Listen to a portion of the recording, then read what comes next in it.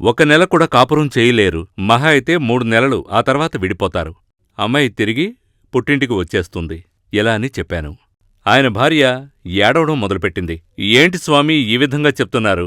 మేము చాలా చోట్లకు వెళ్ళి చూపించాం. వాళ్ళందరూ చూసి బావుందని చెప్పిన తర్వాతే మేము ఈ పనులన్నీ చేశాం. మీరేంటి ఇలా చెప్తున్నారని అడిగారు.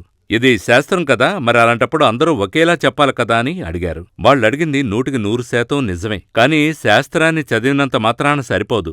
అనుభవం కూడా ఉండాలి. అంతకు మించి దైవకృప ఉండాలి. నేను వాళ్ళతో అన్నాను, శాస్త్రం చదివితే సరిపోదు, ఆచార్యులకు అనుభవం ఉండాలి, దైవకృప కూడా ఉండాలి అని. నేను చదివిన శాస్త్రం ప్రకారం ఇదింతే. మీరు ఈ వివాహాన్ని ఇంతటితో ఆపేయండి. లేదంటే కూతురికి ఇంకొక వివాహం చెయ్యాల్సి వస్తుంది. అందులో ఎలాంటి మార్పు ఉండదు. వాళ్ళు నాతో వాదించారు, అలా జరగడానికి అవకాశం లేదు అని. వాళ్ళది సాంప్రదాయమైన ఫ్యామిలీ, వాళ్ళ మధ్య గొడవలు రావు, నా కూతురు చాలా